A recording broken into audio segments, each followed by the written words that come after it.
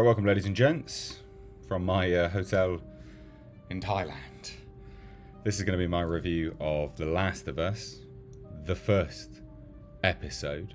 I really enjoyed this. Now, this will be non-spoilers. I don't really know much about this show anyway, but I will just say as a prerequisite straight from the off that there's been some comments coming through on the previous video I did about The Last of Us, which was to do with the reviews. And a lot of people saying, well, when are you going to review it? It's really, really good. You know, you should eat your words, blah, blah, blah. I'm more than happy to. I didn't say it was crap. I didn't know whether it was going to be crap.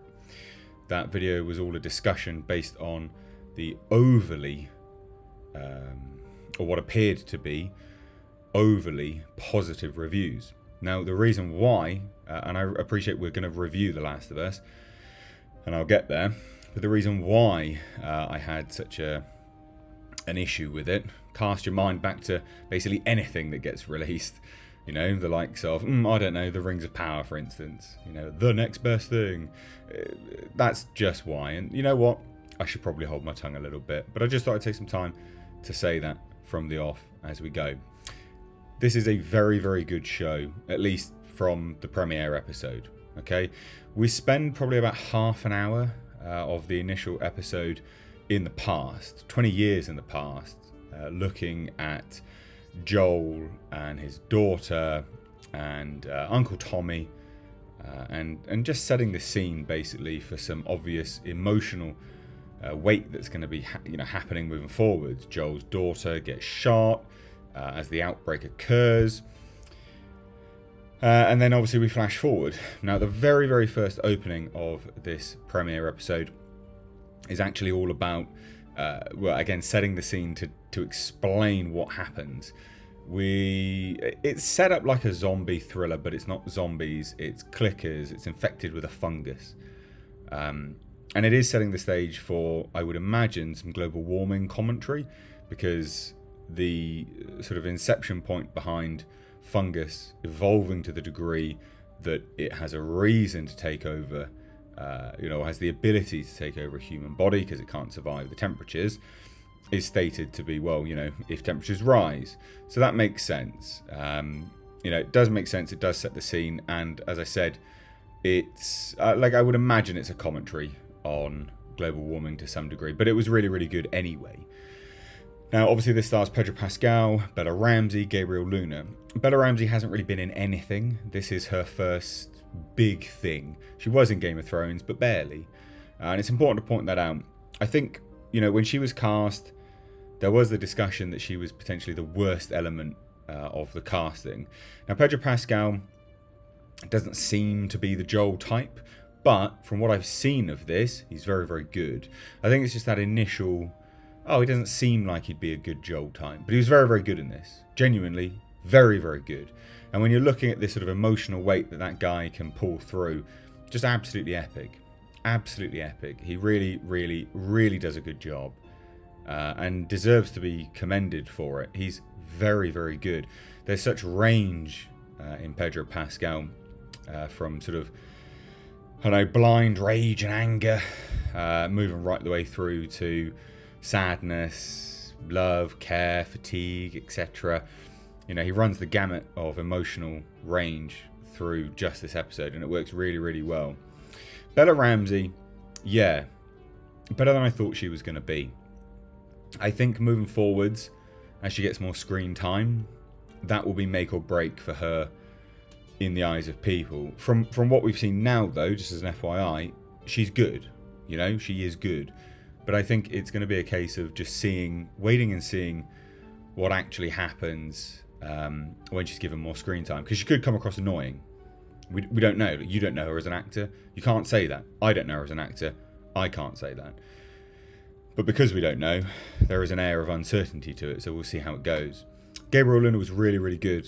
To me, almost unrecognisable, because he's been given really crap roles. I mean, his last role was bloody Terminator Dark Fate, of all things. Awful. Utterly, utterly awful. So it's good to see him doing something with more weight and gravitas, and I'll be keen to see what happens with this character moving forwards. Now, there's some mild practical effects of a clicker sort of stuck into a wall. Did actually remind me of that Netflix production. I can't even remember what it's bloody called now. But basically, you know, it's stuck in a wall, and sort of the practical VFX were really, really good. It's clearly you know, an actual made-up body there, and it looks great. The fungus coming out of its mouth and stuff like that looks great. It looks really, really good. I hope this doesn't fall too heavily into the zombie trope. Again, I know they're not actually zombies, but they do everything that zombies do. So there is the risk that it will just fall into the zombie trope. You can't deny that. That just is what it is. So I hope it doesn't. The set pieces were really decent. It looks like they've obviously just built up, you know, on an enclosed set, and they're just sort of working it like that. The VFX of the closing shot of the not quarantine zone out there in the wastelands was great. Really, really good. I'm hoping that the VFX holds up in light, though, when they're doing vast sweeping shots of landscapes, because that's the potential when you're dealing with a show that has vast areas unpopulated or vast areas destroyed, is that the VFX, when they're in light, don't actually hold up that well. But the set pieces are really, really good. I'm very, very interested to see where this goes. Genuinely interested to see where it goes. I think this is going to be very good. You know, HBO spend all the money on their shows, and this is made by the same people that made Chernobyl.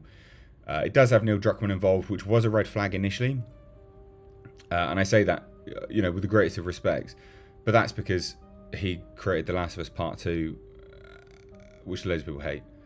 Now this is a little bit previous to the first game than it is the first game, and I think it's going to build right the way through to the second game, and then I think that was the plan. That was it done at that point. So I'll be intrigued to see what they do moving forwards. But this show is great thus far. It's really, really good. I don't know if we can say it's the best video game adaptation yet. Like we're not seeing enough. And I've not played the video game to comment on that. And I'm sure there's a whole bunch of reviewers that haven't played the game and are commenting on it in that way, which is just ridiculous. You know, you have to know the video game to see the adaptation and claim that it's one of the best, you know. So, that being said, this is good, and I would strongly recommend it. Do I see that there's some red flags here and there, and it could go tits up and bad? Yes, I do. But we shall see. Anyway, from me, and Thailand, Bangkok, I hope you have a great day. Take care.